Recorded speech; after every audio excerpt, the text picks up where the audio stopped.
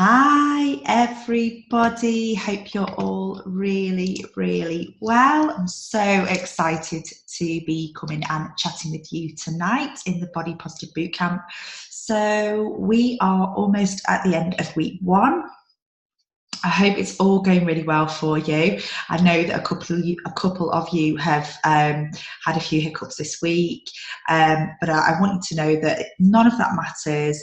It's just important that you can do the best that you can, as much as you can, when you can. And, you know, there is no such thing as perfection. And from my perspective, you know, if you're doing everything right 80% of the time, that is perfection. So anyway, that's all I wanted to say about that. But this call tonight is something that I am probably going to do in each boot camp moving forwards, because there's a couple of common themes that people seem to struggle with when they start a new healthy lifestyle. And one of those is creating a new routine, and starting a new form of exercise means creating a new routine, maybe getting up earlier, or just planning your day so that you can actually get a workout in. But I think the biggest challenge for most people is the nutrition element, and just making those changes to how you eat and how you think and feel about food, and really viewing food as nourishment rather than comfort food, or something that you reward yourself with, or whatever associations that you might have previously had attached to food. That can be negative or positive. So I think for a lot of people, the nutrition element of a healthy lifestyle and trying to eat better is the biggest challenge. And again, as I said with just before with the workouts, for me it's 80-20. So it's about, do you know what, if you eat pretty much on plan and eat healthily 80% of the time, you can totally indulge the rest of the time, whether it's glass of wine, bottle of wine at the weekend, or chocolate or cake, or whatever your sweet treats are, or whatever your indulgences are when it comes to food. You can have all those things, because ultimately it's really important that when you start to make these healthier changes in your lifestyle, it is something that you can sustain.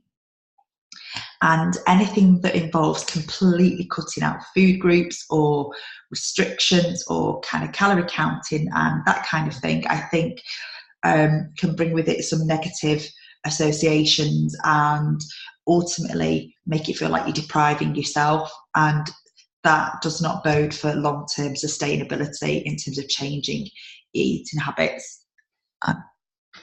Sorry, I'm just checking the baby monitor. So what I wanted to jump on tonight is talk about meal planning and meal prep, and just to give you some hints and tips, I suppose, to help you along this journey, and just to reassure you that you don't have to have it all figured out during the course of this boot camp. This boot camp is merely a jumpstart, a kickstart into getting you into that mindset of thinking about food in a really positive way, and really starting to enjoy the process of planning food and preparing food and eating food and feeling good and positive about the food that you're putting into your body.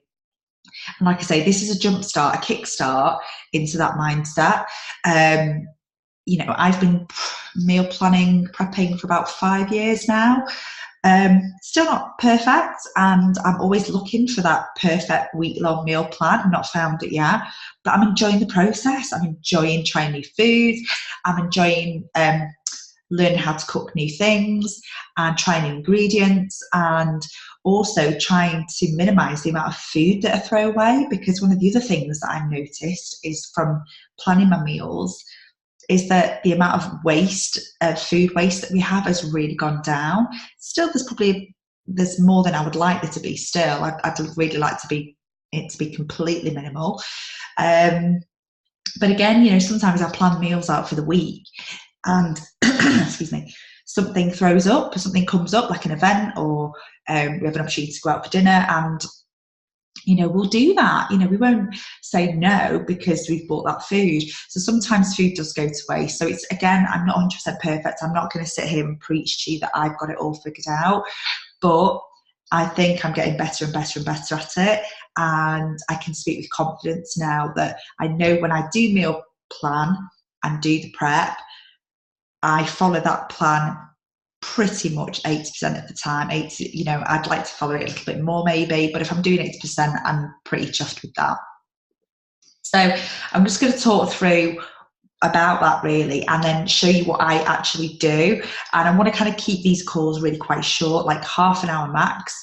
And then if anybody has got any questions or wants to ask me anything, or if you're watching this on the catch up, you can comment. I will obviously share this in the Facebook bootcamp group, and you can obviously comment below the video and ask any questions that you need to ask, and I will try and find the answers for you. So I suppose really to kick off, why is it important that we do meal prep? Well, there's actually been research that shows that people who spend the least amount of time on food preparation tend to be working adults who place a high priority on convenience.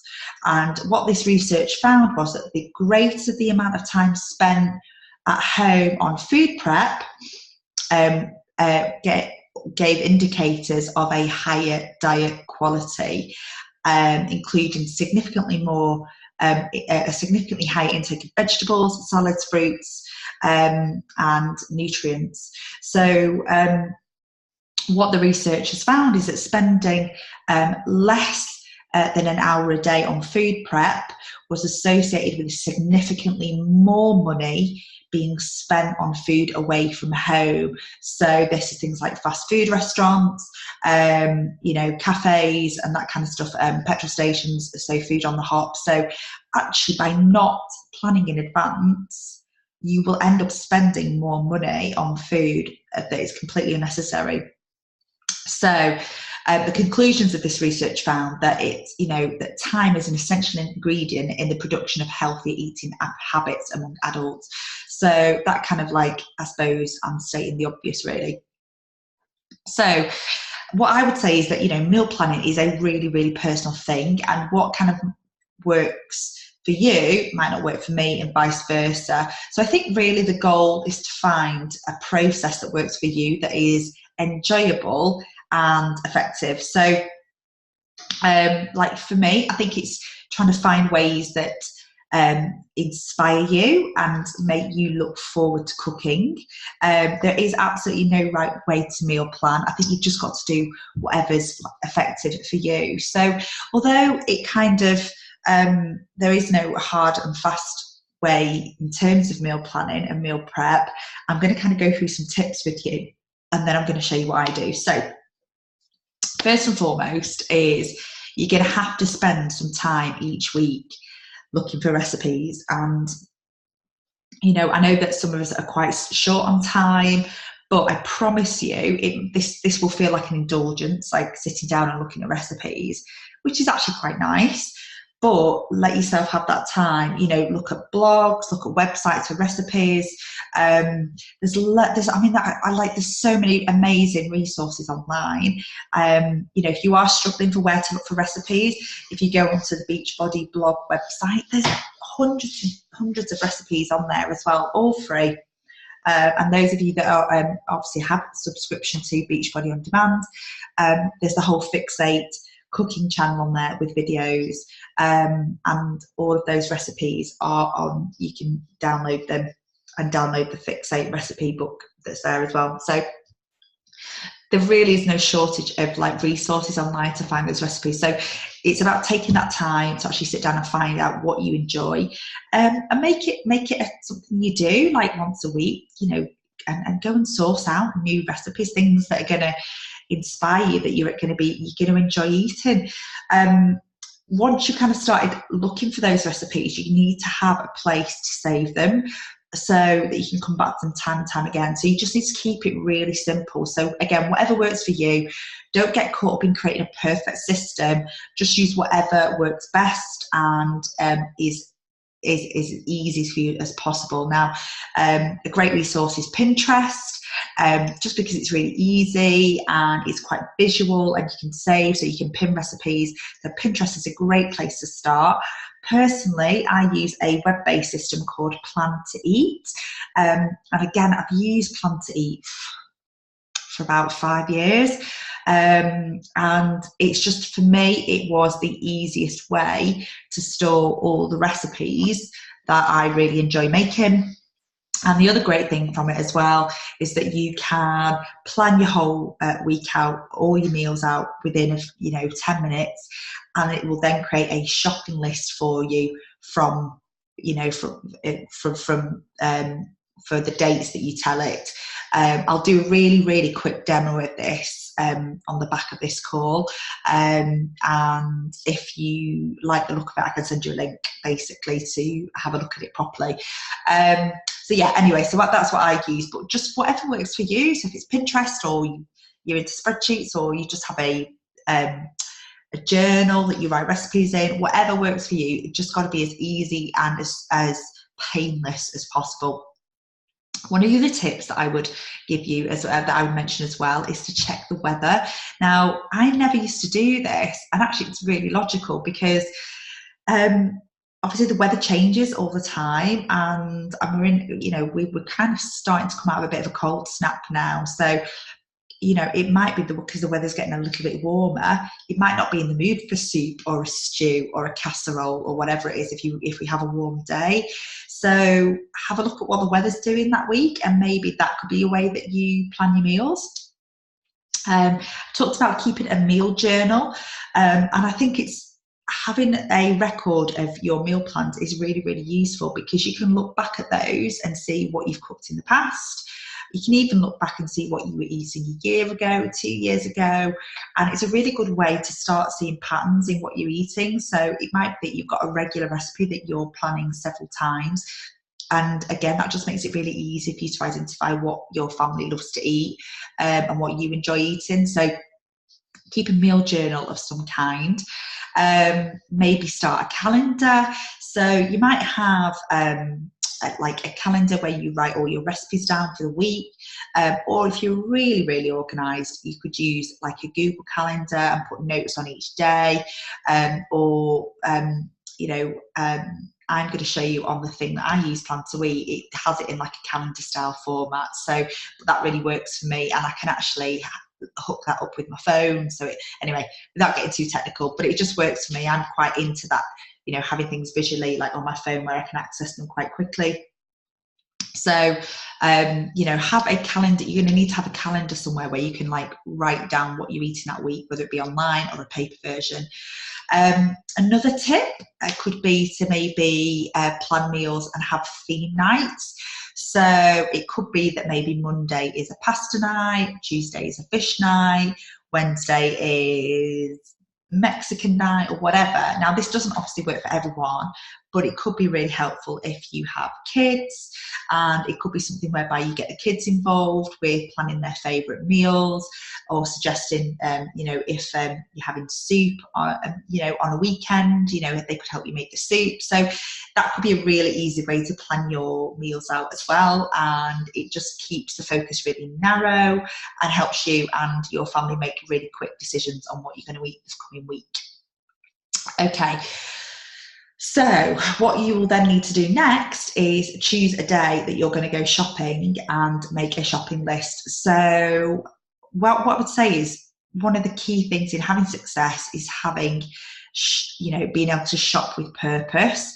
And talking about saving money, one of the things that I always find is that if I physically go to the store and walk around with a trolley, I will spend a lot more money, because I just get distracted by what's on offer, and sometimes I'll buy 2 of something and just to have extra in the cupboards, and then I always go and have a walk around the clothing bits to see if there's anything the kids need. So I always end up spending a lot more if I physically go to the store. So for me personally, I do a lot of my food shopping online and get it delivered, and I do it twice a week. So I'll do a shop for food from Monday to Thursday. I will have that delivered on a Saturday. And then, let me get this right. So so the food shop for Monday to Thursday will come on the Saturday before. And then the food for Friday to Sunday will come on the Thursday. So I hope that makes sense. And I've probably not explained that very well, but ultimately I try and do it so I've kind of covered so I basically have 2 food deliveries a week. And that just works really, really well for me. That might not work for you. You might like to actually physically go to the store, and that's fine. But whatever way works for you is choose a regular shopping day and then make a shopping list, and do not deviate from the list. So you'll find that those people who do make a shopping list from the meal plan save an awful lot of money, and food isn't going to waste. And you're not buying random stuff that you've not kind of really budgeted for. Okay, I would also recommend planning for leftovers. So I would say most of us, can kind of tolerate leftovers maybe once or twice a week. So it might be an idea for you to regularly cook 1 or 2 big dishes that you can either eat through the week or then freeze into portions and put them away into the freezer, so that if you have a night where you just don't feel like cooking, you can pull something out of the freezer really quickly, and it's healthy and it's kind of on plan, and it's just going to free you up if you're having a really, really busy week, or if you're working a really long day. Or either way, whatever you want to do, I'd say double up on those kind of dishes, make a little extra, and then you can freeze it. I do this all the time with the kids, so things like soups and curries, I'll always make more and then freeze it, and it just kind of makes my life easier. Certainly if I want to give the kids something separate and then say what me and my husband are having, that just makes life a little bit easier as well. Another tip I would give would be to start prepping food as soon as you get back from the shop. So you could do things like wash and dry lettuce, you could chop onions, you could roast vegetables, you could shred up great vegetables as well already, and then you can put them all into I would recommend glass containers, and put them in the fridge just ready, waiting to go, so that when you do need to cook, everything is prepped up. You're not wasting time in the week having to chop and cook and do all that kind of stuff. So meal prep can be something as simple as just chopping up everything on the weekend, ready so that you're ready to cook in the week. Why do I recommend glass containers? A couple of reasons really. I used to have plastic Tupperware years ago. One, it gets tatty really quickly, and I think if you put it in the dishwasher, they can kind of bend out of shape a little bit. 2, it's plastic, so it's not great for the environment, and they're not easily recycled. And 3, I find that whenever I get fresh fruit like strawberries, raspberries, blueberries, I'll always wash them straight away when I get home from the store and put them into the glass Tupperware. And what I found is by doing that, they're washed and ready to eat straight away. And secondly, they actually last longer. There's something about them being in the plastic packaging or plastic Tupperware that makes them go off quicker. I don't know what it is. I'm sure there's some science behind it, and I haven't Googled it. So I'm speaking from just an experience. There's no science behind what I'm saying at all, or that I'm aware of. But in my opinion, the fruit takes longer to spoil if it's in glass containers. Don't know why, don't ask me why, but that's just my experience. I got all my glass containers from Home Bargains. They were mega cheap. They were £1.50 each. They're amazing. They can go in the oven, they can go in the freezer. They're fantastic. Don't know if they still do them. IKEA definitely do them. So if anyone's got any tips for cheap glass Tupperware, share them in the group, because they're well worth the investment. What else? So yes, we talked about that. Prep.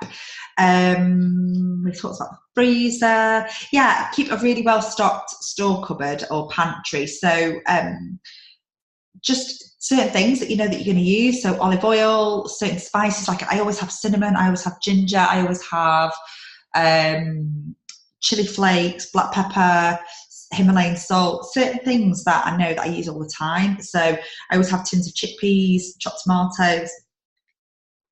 They're just kind of staples really. So if I need to throw something together in a rush, then I know I can do that, and it's fairly healthy. So certain ingredients are always really good to have in the pantry. Also, don't overstuff the refrigerator. Refrigerator is very American. Don't overstuff the fridge. What I find is that when I used to kind of like have so much food in the fridge, stuff would get lost at the back and it would go off and it would spoil, or I'd not be able to see it. And then at the end of the week, I'd be throwing loads of stuff away. So this is why I'm saying if you shop for a few days at a time, it's really easy to see what's in your fridge and, you know, to make sure that you use all the food that you've got really. And also it means that your fridge isn't constantly trying to keep itself cool because there's too much stuff in. Okay, so they're kind of my tips for meal prep and meal planning.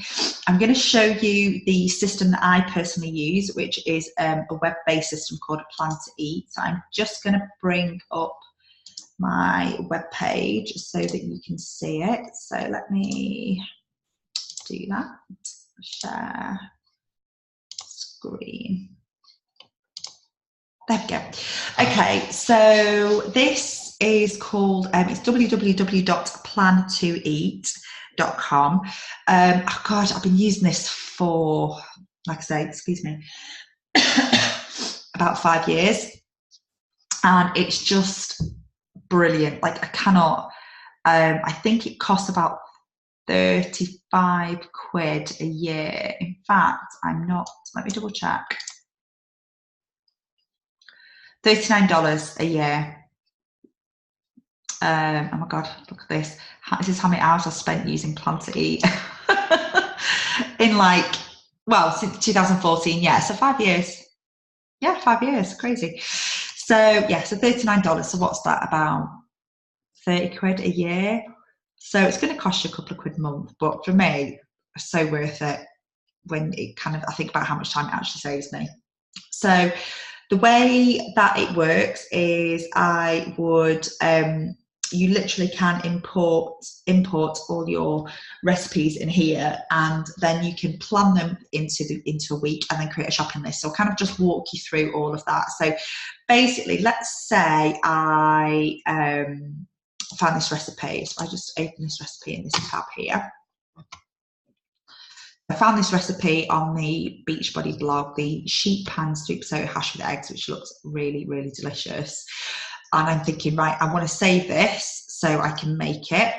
What I would do is there's a little function that you can add to your bookmarks bar that adds it straight into Plan to Eat. So let me just move that and see if I can move you there.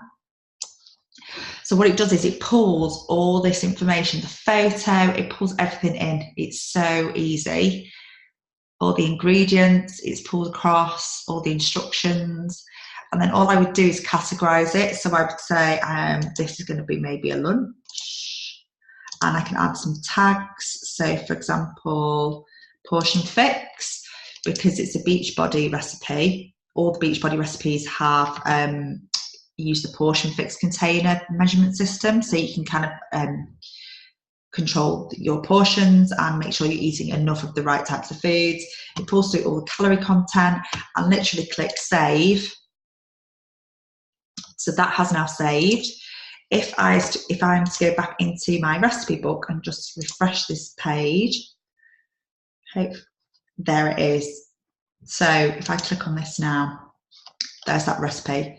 It literally took me 30 seconds to import that recipe, and it's now in my recipe book. So amazing, I can't even tell you. Anyway, so what I want to do is now I'm going to show you how I plan the week. So here I've got like loads of recipes that I've saved. There's like, I've got 160 odd recipes. So I've got breakfast recipes, I've got soup recipes, lunch recipes, like main course recipes. And these are just recipes that I've kind of collated over the years that my family love. And I love like good, nice sides. All my Christmas dinner stuff's in there. Desserts, cake recipes, my Shakeology recipes that I enjoy. You name it, I've like different snacks. So anyway, hundreds and hundreds of recipes. So I'll show you how I meal plan my week. So what I would do is I come over to this, I'm going to just move this 1 second so I'm out of the way. So I'll come over to the plan section here. And this is next week. So next week I haven't planned anything in yet. So the easiest way I would do this is I would filter my recipes, and I would want to, because you can put tags on all your recipes. So the tags say I'm obviously following the portion fit, which is the colour coded containers that come with all of the Beachbody programs. So all the portion fix recipes that I've imported that I enjoy are in here. But also, say for example, I know I've got a few recipes in the 3-week yoga retreat, which is a Beachbody program that I really enjoy. So if I say I bring up those recipes, I've got all my breakfast, lunch, main course and snack recipes from the 3-week yoga retreat Beachbody on Demand program. And all I literally do is I drag and drop. So I can like say, I'm going to have Shakeology for breakfast that day. I'm going to have oats that day. I'm going to have green scramble that day. So that's breakfast. Lunch, I'm going to have this salad for lunch, and I'm going to have these prawn salad for lunch that day, and I'm going to have this on that day. And then main course, I'm going to have this stir fry. These are so nice, these dishes, I can't even tell you. And I'm going to put that there, and I'm going to put that there. And what it's done is now, so these will be my meals for Monday, Tuesday, Wednesday. And I can edit the number of servings. If I click on here, I can see these are just to serve one person, 4 people, 4 people, 4 people. But I can adjust those if I've got friends over, or it's just me and my husband I'm cooking for, rather than all 4 of us. Then I can adjust this, and it will update the recipe accordingly. I can also add little notes, so it'll tell me to pre-cook certain things like the day before or what have you. So it's really, really clever. So this is just like a real whistle-stop tour of this platform. Again, if you want more details, I can send you a link and you can actually have a proper look at it yourself. So now I want to create a shopping list for all that stuff. So if I go to shop and I select next Monday to Wednesday, because they're the 3 days I've just planned out, and save, it is now generated a shopping list for me, and put it into categories. So this is all produce, so all the fresh food section, fishmonger, the deli section, the dairy section, canned section, etc., spices. So when I'm in the supermarket, I am literally not wasting time ping-ponging back and forth. I go to the produce section and I get all those items. I go to the spice section and I get all those items. And the other great thing is they have an app. So anything I change on the desktop version here, I can go to the store, and on the app, my shopping list is there, or my food is there, or the meal plan is there. So it's really, really quite clever. And yeah, so that's it. So literally, I've just planned 3 days meals out in about 4 minutes. And you know, it does take time to build up the recipes, but you know what, you could literally sit down each week and just blast through recipes that you like on the internet, and just, you saw how quick it was to add that recipe in that I just did then, and literally like within a few minutes you've got like a recipe book online that you can drag and drop and plan meals out for the week. So I will post a link about Plan to Eat in the Body Positive Bootcamp, so if any of you want to look at it, I think they do a 30-day free trial where you can try it, and then after 30 days, I don't know if you even have to put your credit card in. Maybe I don't think you even have to put your credit card in, but after 30 days, if you want to carry on, then you just pay for the subscription to get started. So in a nutshell, that's how I meal plan for the week. Any questions about anything I've covered, then please, as always, give me a shout or drop me a comment. I am going to come on and do these lives once a week in here. If there's anything specific you would like me to cover off, you're struggling with, then please let me know and I will make that the focus for the lives. And then obviously you can interact and ask any questions and obviously I want to make it as relevant to you as possible. I'm just going to stop the share my screen and make it as relevant to you as possible. But if not, I will just kind of do generic topics each week that I think would really help you guys in this journey that you're taking to get healthier and stronger from the inside out. So that's it from me tonight. I hope you had a lovely evening. I hope you found this really useful. Please give me feedback and let me know whether or not this was useful for you. And if you can share what you're doing for meal planning, because like I say, what I do might not work for you, but what you do might work for somebody else. So please share how you prep and plan your meals out for the week.